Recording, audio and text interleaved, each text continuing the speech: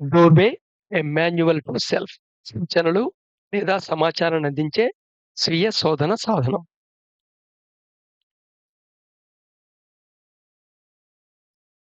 So, you are the builder, but you have now imprisoned yourself even in your home own home. నువ్వే నీ ఇల్లు కట్టుకున్నావు. నువ్వే తయారు చేసుకున్నావు. నువ్వే ప్లాన్ చేసుకున్నావు. నువ్వే కట్టుకున్నావు. నువ్వే దాంట్లో ఖైదీగా ఉంటున్నావు. ఇది మాట స్థితి. ఎందుకంటే ఇన్వల్యూషన్ ఆర్క్‌లో డివైన్ ఫ్రాగ్మెంట్ ఎక్స్‌పీరియన్స్ అవుతున్నప్పుడు సువహ, భువః, భూ మొత్తం 21 ప్లేన్స్, 21 ఎటర్నిటీస్ ఎక్స్‌పీరియన్స్ అవుతున్నప్పుడు అక్కడ గేమ్ ఆఫ్ ఎగ్జిస్టెన్స్ ఏదైతే ఉందో, గేమ్ ఆఫ్ ఎగ్జిస్టెన్స్ పేరేమిటనుకున్నాం? సంసారం. సో, ఈ సంసారం కొన్ని ఏ గేమ్‌కైనా కొన్ని రూల్స్ ఉంటాయిగా, అలాగే కొన్ని రూల్స్ ఉన్నాయన్నమాట. ఫస్ట్ రూల్ ఏమిటయ్యా అంటే, డివైన్ ఫ్రాగ్మెంట్ ఏదైతే క్రియేషన్ నుండి ఎగ్జిస్టెన్స్‌లోకి ప్రవేశించిందో, త్రూ మహా ప్రవేశించిందో, అది కంప్లీట్‌గా 21 ప్లేన్స్ ఎక్స్‌పీరియన్స్ అవ్వాలి. అంతేగాని మధ్యలో మిడిల్ డ్రాప్ చేసుకొని ఎనక్కెళ్ళిపోతాననటానికి ఛాన్స్ లేదు. First rule.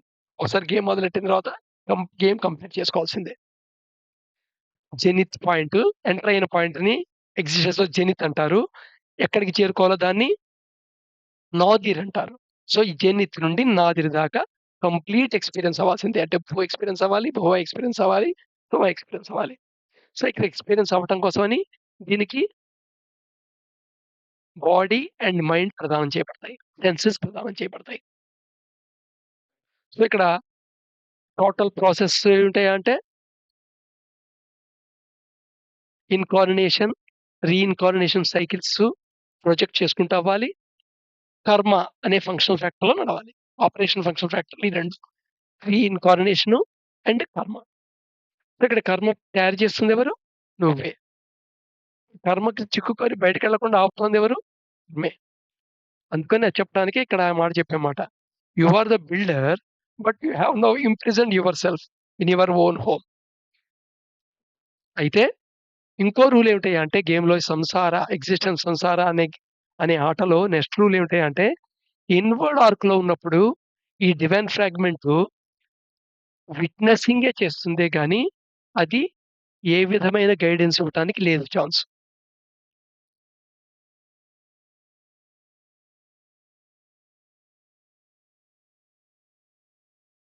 చాలా ఇంపార్టెంట్ రూల్ ఇది. నెక్స్ట్ ఇంకో రూల్ ఏమిటంటే, ఏదైతే ఎగ్జిస్టెన్స్‌లో ఏర్పడిందో, ఎగ్జిస్టెన్స్‌లోకొచ్చిందో కాదు, ఎగ్జిస్టెన్స్‌లో ఏర్పడిందో,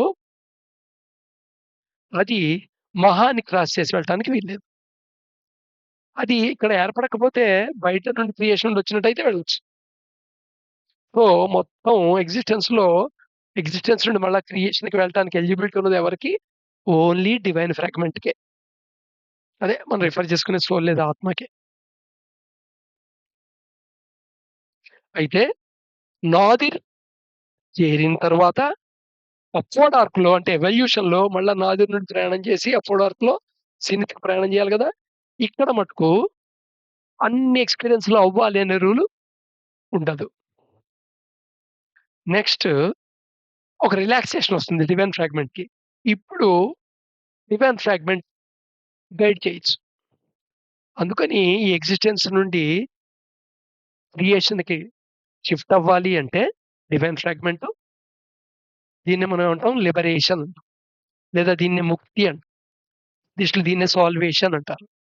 సో, అవ్వాలి అంటే గైడెన్స్ కావాలి. ఆ గైడెన్స్ ఆ గురువు గారు ఆ ఆశ్రమంలో, ఈ గురువు గారు ఈ ఆశ్రమంలో ఆ స్క్రిప్చర్ చదివితే, ఈ స్క్రిప్చర్ చదివితే వచ్చేది కాదు. దానివల్ల తెలుస్తాయి విషయాలంతే. వాళ్ళ వల్ల తెలుస్తాయి. నిజమైన నీ గురువెవరు? ట్రాన్సెండెంటల్ గురువు. నీలోనే ఉన్నాడు. నీ యొక్క డివైన్ ఫ్రాగ్మెంటే. సో, నీ యొక్క డివైన్ ఫ్రాగ్మెంట్ ఏదైతే ఉందో, ఆ డివైన్ ఫ్రాగ్మెంటు గైడెన్స్ చేస్తుంది.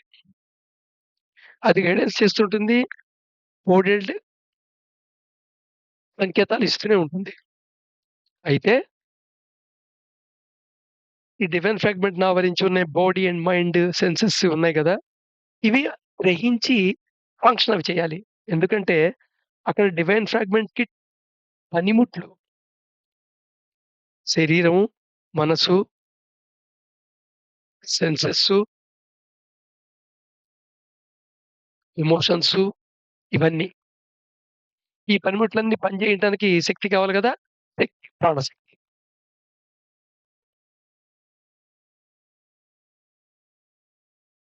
సో, టోటలు ఈ సంసార ఎగ్జిస్టెన్స్ ఒక పంజరం తీసుకుంటే, ఇదేం చాలా సింపుల్ గాదు. వెరీ కాంప్లికేటెడ్ పంజరంలా ఉంటుంది.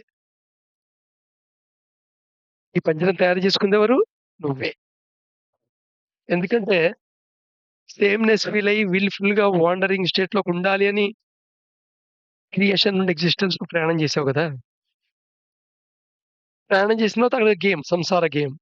ఆ రూల్స్ లోబడే పనిచేయాలి. ఇదేమో ఒక ప్రిజన్ కాదు.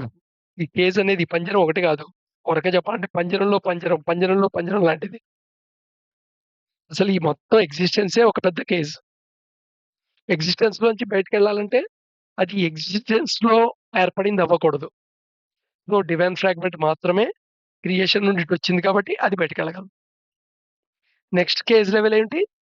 Karmic cage of karmic substance. ఈ టోటల్ ఇన్వల్యూషన్ ప్రాసెస్‌లో అండ్ ఎవల్యూషన్ ప్రాసెస్‌లో ప్రతి ఇన్‌కార్నేషన్ సైకిల్‌లో అంటే ప్రతి లైఫ్‌లో ఈ కార్మిక్ సబ్‌స్టెన్స్ నువ్వు అక్యుములేట్ చేస్తుంటావు. ఎందుకంటే నువ్వు పనిముట్లతోనే నువ్వు వర్క్ చేయాలి. ఇంటరాక్షన్ చేయాలి గదా! ఎగ్జిస్టెన్స్‌లో నీ లైఫ్ రన్ అవ్వటం ఏంటి? ఇంటరాక్షన్ చేయటమే. సో, ఇంటరాక్షన్‌లో you have to do the action.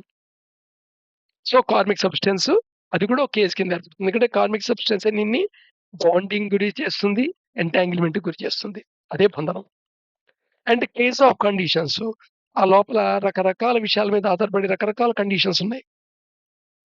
దాని లోపల కేస్ ఆఫ్ వాసనస్ ఉన్నాయి. ఈ కండిషన్స్ కూడా నువ్వు చేసుకున్నవే. అలాగే ఈ వాసనస్ కూడా నువ్వు డెవలప్ చేసుకుంటున్నవే. వాసనస్ నువ్వు ఏవి ఉంచుకోవాలి, ఏది వదిలేసుకోవాలనేది నీ స్వేచ్ఛ. నీ యొక్క ఇగ్నోరెన్స్ లెవెల్ బట్టి, నీ యొక్క నాలెడ్జ్ లెవెల్ బట్టి, విజ్డమ్ బట్టి ఆధారపడుతుంది.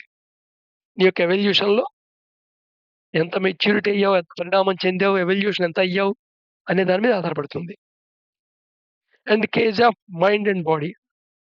ఈ బాడీ కూడా ఒక కేజే, మైండ్ ఒక కేజే. అందుకని ఇక్కడే ఆత్మహత్య వల్ల ఉపయోగం లేదు. సూసైడ్ అనే దాని వల్ల ఏమి ఉపయోగం లేదు అని తెలుస్తుంది. సూసైడ్‌లో నువ్వు కట్ చేస్తుందేమిటి? నీ బాడీనే. నీ బాడీని మాత్రమే అంటే ఇన్నర్ మోస్ట్ కేజ్ ఒక్కదాన్నే నువ్వు బ్రేక్ చేస్తున్నావు. కానీ స్టిల్ మైండ్ యొక్క కేజ్ అలాగే ఉంది. వాసన కేజ్ అలాగే ఉంది. కండిషన్స్ కేజ్ అలాగే ఉంది. కార్మిక్ సబ్‌స్టెన్స్ కేజ్ అలా ఉంది. ఇవన్నీ కలిపి ఎగ్జిస్టెన్స్ అనే కేజ్‌లో ఉన్నాయి.